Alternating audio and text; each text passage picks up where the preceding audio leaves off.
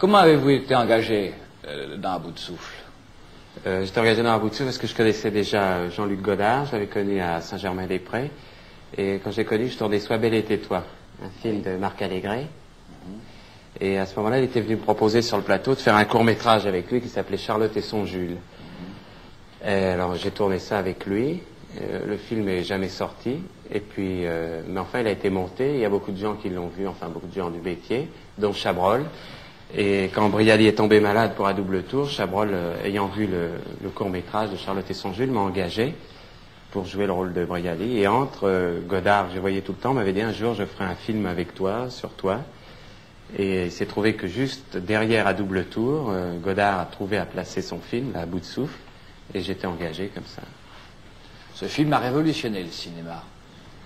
Expliquez-nous par exemple comment ont été tournées certaines scènes, par exemple la scène célèbre de la chambre entre avec vous et Eugène Tilberg. Ben, ça a été tourné d'une manière très libre, puisqu'on est tout le film, d'ailleurs, on arrivait le matin vers 9h, 10h, on allait prendre notre café crème avec Jean au café du coin, et dans l'arrière-salle, Jean-Luc Godard écrivait les dialogues qu'on allait dire dans la chambre.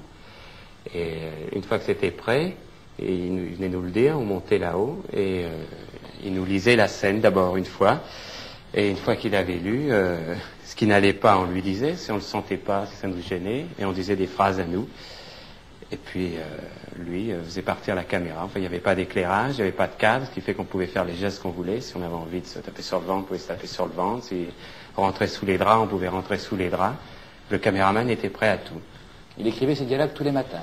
Ben oui, tous les matins. Moi, quand j'ai signé le film, on m'a donné juste trois petites pages. Oui. 3 pages où il y avait juste marqué il part de Marseille, il vole une voiture, et il a envie de recoucher avec la fille, elle veut pas, et à la fin il meurt ou il s'en va, à choisir. Et finalement on a choisi pour la mort.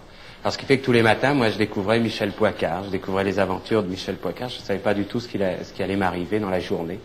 Je le découvrais le matin, petit à petit. C'était de l'improvisation? Oui, alors par exemple le matin, tous les matins lorsque j'arrivais, je m'amusais à faire un peu de shadow devant la glace. Et justement, Godard s'est servi de ça. Il m'a fait mettre devant la glace. Il l'a filmé quand je dis je suis pas très beau, mais je suis un grand boxeur. Cette réplique, elle est de vous ou de lui? Ben, elle est des deux. Enfin, moi, je disais des phrases comme ça. Lui, il l'a rangé. Vous êtes la coqueluche des femmes et vous ne trouvez pas beau? Vous avez été boxeur avant longtemps? Vous avez exercé ce métier très longtemps? Enfin, ce métier, non, pas très longtemps. Enfin, c'était pas un métier. Je faisais ça en amateur. Moi, jamais été boxeur professionnel. Et vous auriez désiré l'être? Oui, à une époque, oui, quand j'avais 17 ans, je rêvais de devenir un grand champion. Et j'allais chez Pierre Dupin, à la Via Club. J'avais un camarade, Maurice Sauzel, qui maintenant va faire le championnat d'Europe des poids welter. Et pourquoi vous vous êtes arrêté? Je me suis arrêté parce que il faut vraiment aimer ça à fond et faire beaucoup de sacrifices. Et moi, il est arrivé à un âge où justement j'ai eu d'autres ambitions et je n'avais pas envie de me priver dans la vie de beaucoup de choses. Et pour vraiment réussir dans la boxe, il faut se priver de pratiquement tout.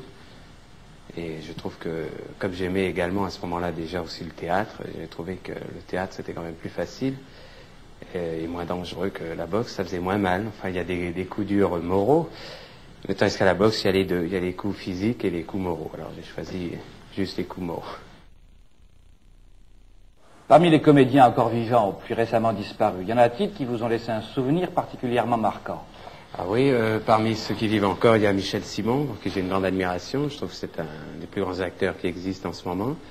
Il y a eu Jules Berry, j'ai beaucoup admiré. Louis Jouvet. Vous semble-t-il possible de préciser ce que vous avez appris d'eux, ce que vous avez retenu d'eux-mêmes? Oui, si, en allant les voir, moi je crois que c'est un peu là que j'ai appris le cinéma, sans les imiter, mais je sais pas, il y a eu l'aisance de Jules Berry et Michel Simon par La Grande Vérité, son grand naturel. Enfin, j'ai essayé de, pas de les imiter, parce que c'est pas possible, mais de m'inspirer d'eux. Et également Pierre Brasseur, avec qui j'ai joué, et je crois que j'ai appris beaucoup en jouant 6 mois avec Pierre Brasseur. Qu'est-ce que vous avez joué avec lui? La Mégère apprivoisée de Shakespeare.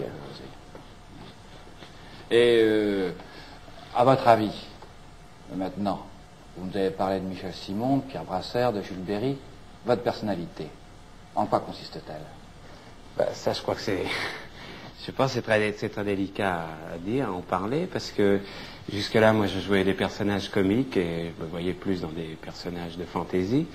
Et maintenant, il se trouve que je joue justement des personnages plus dramatiques. Et alors, je sais pas, je pourrais pas vous dire exactement quelle est ma personnalité. Moi, ça, je peux pas. Quels sont les traits qui vous sont propres et qui se rapprochent de Michel Simon, de Jules Berry ou de Brasseur? Bah, les traits qui sont, je sais pas, moi, parce que je crois que je suis assez, je suis un acteur, je joue assez décontracté, ça peut me rapprocher et le sens de l'improvisation, j'aime beaucoup improviser, et c'était l'effort, je crois, de Jules Berry, de Pierre Brasseur, et également de Michel Simon aussi, qui est un acteur d'instinct et très spontané, et qui improvise aussi. Pour vous, donc, vous vous classez plutôt dans les acteurs, non pas, disons, intellectuels, mais les acteurs d'instinct. Oui, plutôt, parce que moi, si on m'indique des gestes, et si on me dit, il faut faire ça exactement, je suis beaucoup moins à l'aise, je deviens plus crispé. Quand avez-vous considéré que vous avez réussi?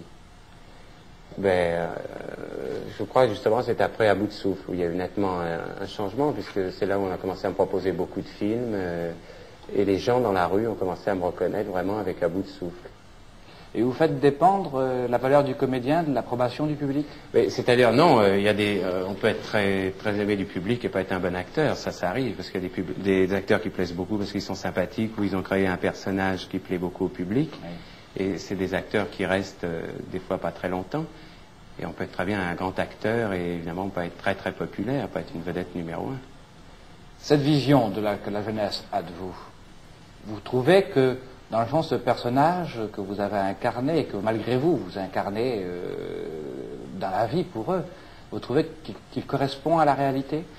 Non, c'est pas ça, mais non, certainement pas, parce que tous les jeunes sont pas comme ça, mais je crois que c'est toujours que, avant moi, il y en a eu d'autres, même avant Marlon Brando, je présume, mais tous les personnages qui sont un peu en dehors de la société, ça frappe toujours les jeunes vers 18 ans, parce que justement, on est un peu révoltés, on avait envie de faire des choses qu'on ne doit pas faire, et je crois que c'est ça qui leur plaît là-dedans. C'est un personnage qui se permet tout dans À bout de souffle, il recule devant rien, et c'est ça qui doit leur plaire beaucoup. Même des personnages en dehors de la société qui se permettent tout, il y en a beaucoup dans le cinéma.